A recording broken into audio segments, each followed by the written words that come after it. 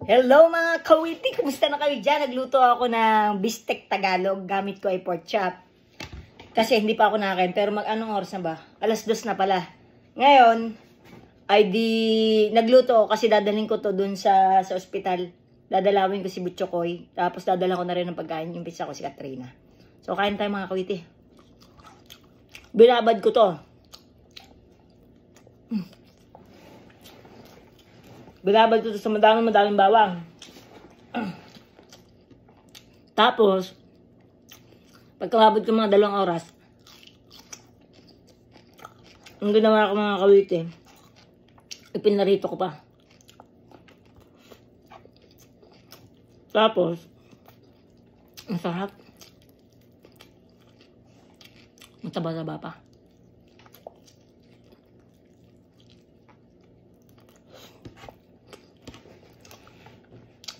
Yung pinagbabada ng sabaw, inahilamos ko. Masarap kasi pagka piniprito eh.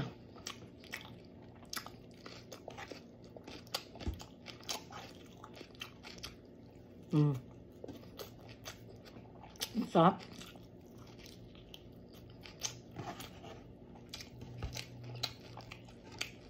Sabado ngayon, magdarating daw bagyo. Baka mamayang gabi. Tapos, hanggang bukas yun.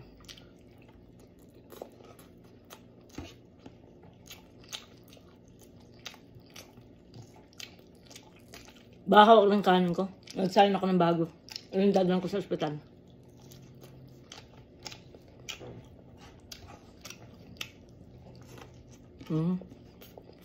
Sarap.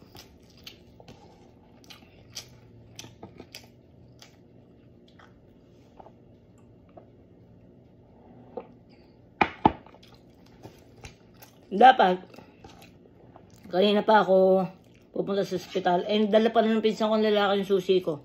Hindi ako makalis.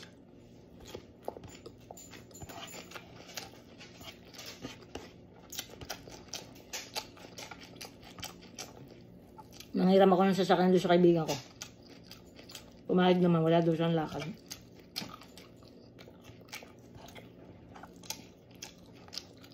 Pero darating na yung pinsan kong lalaki, baka hindi ko na naman.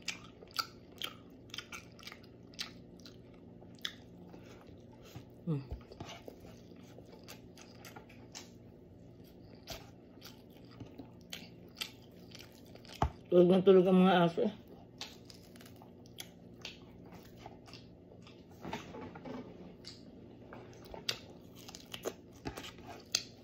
Si Sebi nagpapainit doon. Ano mo ka ba doon sa aso? Ang gustong-gusto sa araw.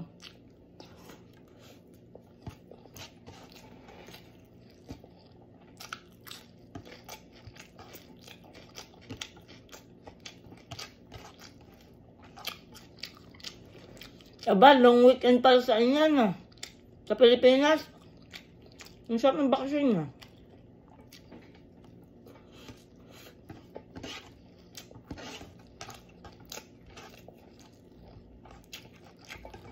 Sarap nga ng pag long weekend. Kami naman, long weekend namin ay September 1 hanggang 4. Labor Day ah. Wala kaming pasok.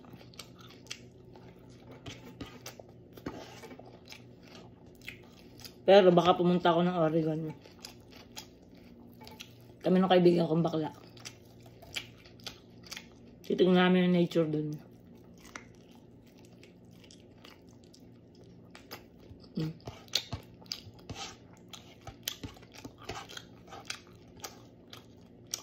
Ganda ng plato ko, no? Galing Pilipinas to. Akasya. Kaya dito nabibiak.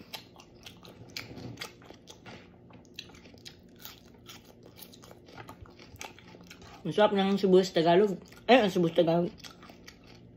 Itong sibuyas na puti. Matamis-tamis. Sarap niya.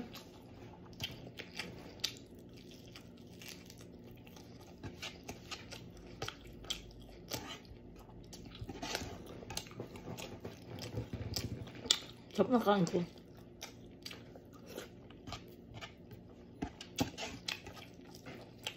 Pagka na-prito nyo, hanguin nyo muna. Tapos bawasan nyo lang ang mantika nyo. Tapos doon nyo pag-gisahan, pinagprituhan doon ka mag-gisa. Gisa ka ng sibuyas bawang. Ibalik mo si karne. Para mag-caramelize sa bawang at sibuyas yung karne uli. Luto-lutuin mo lang ang sibuyas uli.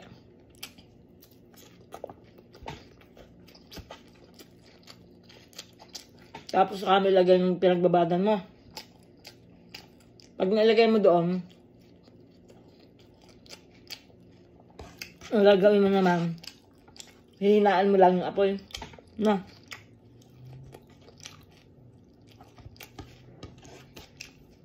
Pag nahinaan ang apoy,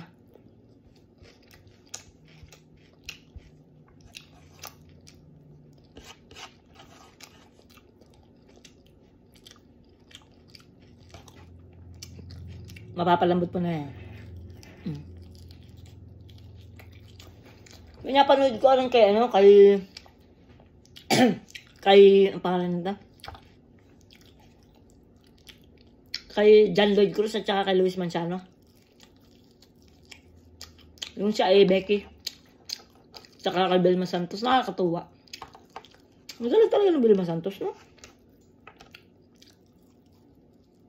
Gamak din. Gusto ko yan siya kasi Maricel Soriano. Magaling siya umakting. Ito ang masarap sa pork chop, yung galo-galo na garne. Yung siksikang garne.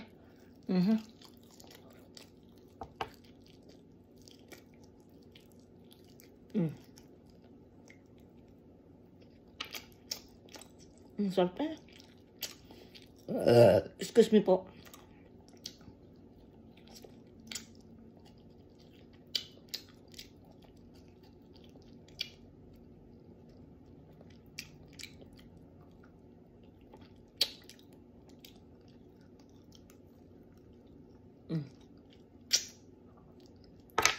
Ate kayo, ubos na ubos. Oh, mga kawiti.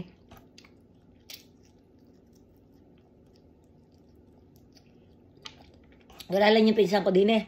Kasama ko lalaki. Meron na rin siyang page. Pil yung daddy ang pangalan. I-follow nyo. Maganda din yung content niya.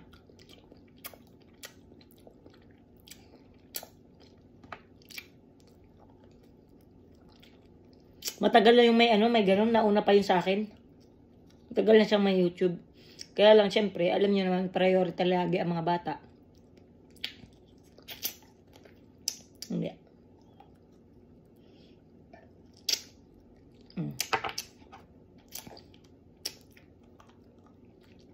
Ang sarap, tingnan nyo, rin buto ko.